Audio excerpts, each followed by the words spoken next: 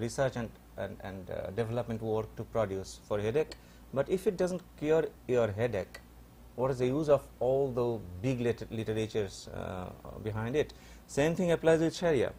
I will quote some Sharia laws from the very basic Shafi law, Reliance of Travelers. This is Shafi law, authenticated by Al-Azhar University. Then we have Hidayah, the most authentic Hanafi law. Where is the book? Oh, the most authentic Hanafi law book. And these are done laws, 6,000, more than 6,000 laws in each. And these are, again, the elaboration of Hanafi laws. You talked about theft. Hanafi laws here, it says, if a relative steals or a head of the state steals, they are exempt from any punishment. Right? It is here. I can read it. And then again, the impact on people's lives and happiness and sorrow and their death is due to this packet, these laws. Laws has to be very clear, not ambiguous, because it's so important. I am reading real laws from real sources. But before that, let me tell you one thing. The Quran handles 5 or 7 debatedly, or as you said, maximum 4 special circumstances. But the legal, the ayats of legal ruling in the Quran was never decided. Not the number was never decided. Muslims constantly debated it from 0 to 500. Hashim Kamali says 500. Imam Bukhari says 0. Maulana Chiragh says 0. Dr. Abdul Rahman Doi says 320. Dr. Hashmi says 82. So we are not decided on that. But the point is, on 5 or 6 ayats, legal rulings, we cannot have 6,000 God's law. Moreover, these Sharia laws have at least 11 root sources. Among them are the Quran, of course, Sunnah, Ijma, Qiyas, Rai, Istihsan, Istislah, all biblical laws, legal, local customs, continuity, etc. So at least 90% of these laws are derived from human endeavor. Maximum 10% is from the Quran. How can we call it as Allah's law? Actually, these are Muslims' law. These are Muslim law. And let me quote the real laws from there.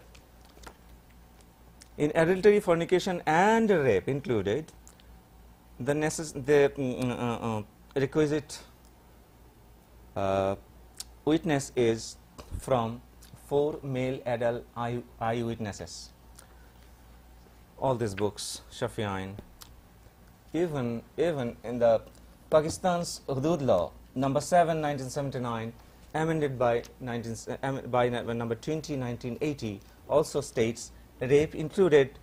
To prove it in the court, we need 4 male adult eyewitnesses, which never happens. So what happens? The raped girls and women are tried as adulterers and fornicators. And I have real cases here where raped girls are beaten by shoes and flogged many times, and 13 years minor girls by Sharia courts are flogged and lied unconscious on the ground. And you know the case of Amina Lawal, you know the case of Zafran Bibi. These women were stoned to death only because there was no 4 male adult eyewitnesses. And all the Hudud cases, women's witness is not allowed. These books say. The Tafsir of Quran also say. This latest book tries to modify it a little bit, saying that, okay, 2 women will be equal to 1 man. So if there are 7 women in front of whom a crime occurs, the criminal cannot be, their eyewitnesses will not be allowed. The husband can divorce his wife instantly, but the wife has to go to the court or convince the husband by paying money and by giving up her legal financial rights. In the Hudud cases, the witnesses of slaves and single women are not allowed. I can go on and on and on.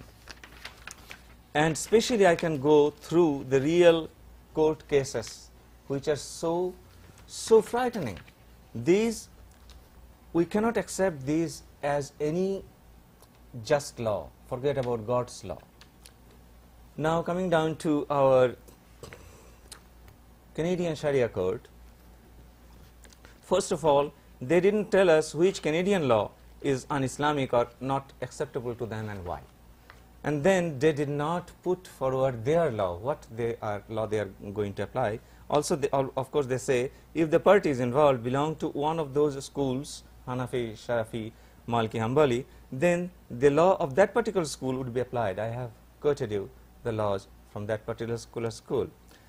And then there is a fees. The parties to the dispute would pay the fees of arbitration. I am sorry to say, Sharia court must be free for people. It was always free for people. So that is a defiance. The Quran says in many places, don't take money by using its guidance, its ayat, etc. And for family dispute, what the court wants to make, Surah Nisa ayat 35 says that for dispute, put one from his family, one from her family. There is no lawyer business here. Now, people quite reasonably say that this court will generate money because there is fees involved. Whereas the lawyers are not relatives of his family or her family. But probably the most important and most serious thing is quoted in page number 9 and page 15. Let me quote. Brother, please listen carefully. If you choose, you means the Canadian Muslim, if you choose the later, means if we go to Canadian court, instead of going the Sharia court, then you cannot claim that you believe in Islam as a religion and a complete code of life. And then what happens? In page number 15, as a consequence, on religious grounds, a Muslim who would choose to opt out this stage, means go to the Canadian code, for reasons of convenience, would be guilty of far greater crime than a mere breach of contract, and this could be tantamount to blasphemy, apostasy. Brother Mubin, this is a dangerous practice of Muslims for last 1400 years. Our history is tainted, stained with blood. Only for this reason, some people took the ownership of giving certificates of who is Muslim and who is not. Where in the Quran it clearly says, there are 5, 6, 7. Surah Nisa ayah 137. Whoever says Assalamu alaikum, do not call him a non-Muslim. A very, very clear instruction. Calling apostates is there are so many ayats in the Quran that don't call people apostate. Even the Prophet. Go to Sirat Rasulullah, the most authentic biography of the Prophet. In page number 667, Prophet said that whoever says Assalamu alaikum, he quotes exactly, whoever says Assalamu alaikum, don't tell him a non-Muslim. Did you open his heart and see? So there are so many other ambiguities, and they, in one page, they call that we are open to dialogues. I sent them letters, 2 letters.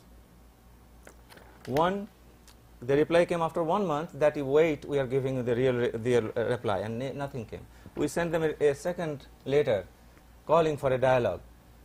No response. So it's closed for us. The door is closed for us. Please, your comment on this.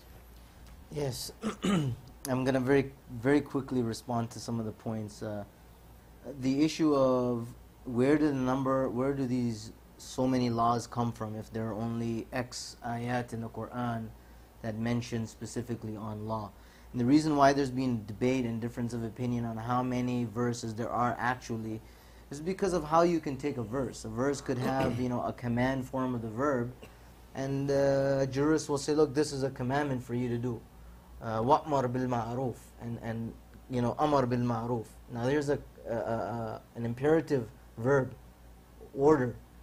Now one can they see this and they say, look, here's an imperative verb. God is saying do this or say this. Well, this is a law of God. So this is where all these differences come from, grammatical deconstructions of the verses. This issue of rape is very serious in Muslim cultures and societies, because rape is very different from zina and fornication. Zina, adultery, where people who are in marital relationships engage in intercourse outside that relationship. This is adultery, and it is punishable by death, by stoning. Fornication, sexual relations while not yet married. Rape is a very different issue, and I cringe at the rulings that some of these so-called Islamic scholars are coming out with. These are totally against Islam, totally against Islam. Rape is a crime against a woman. She's victimized, and unfortunately she continues to be victimized by culture and by those so-called religious scholars who operate under the protection of state law. So I want to speak out against this very, very serious problem. And I understand what Hasan is saying about, one should not, of course, the aim of being a Muslim is not to go around and say, you're okay, yeah, you're a good Muslim, you not, oh, sorry. You mean about this, Yes. this book now? Yeah, apostasy, Yes, exactly. The claims in here. And, one thing that must be made clear is that, look, anybody who claims that they're Muslim can't be a Muslim. You have people like Irshad Manji, perfect example. I'll be very clear, Irshad Manji is not a Muslim. She can claim it all day long. It doesn't make her one.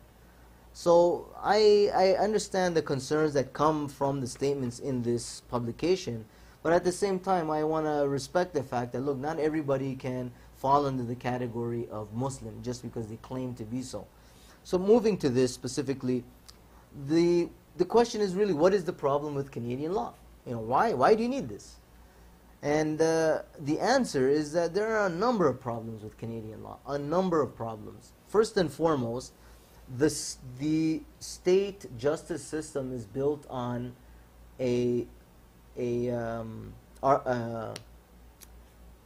adversarial system, adversary, to fight.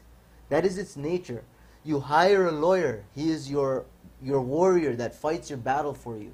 You hire him, they hire another person, and they fight in the court of law. No amount of money is going to save the system from that. Its very nature is to fight. You see the example that the Hasan quoted, that Allah says in the Quran, no fight. Get a representative from the family. Get a representative. Sit, discuss. And you'll see, if you look at the chapter of women, Surah An-Nisa, look at how it begins. Allah reminds us, fear your Lord with respect to the women. He's reminding men, He's telling us, watch out. You say they must do this, they must do that, but hey, I am the one that you worship. Your wife doesn't worship you. Both of you worship me. That's the point. So you see the nature of the approaches to conflict resolution is very different. What about the fees? The fees, this is, we agree on this. We had agreed earlier.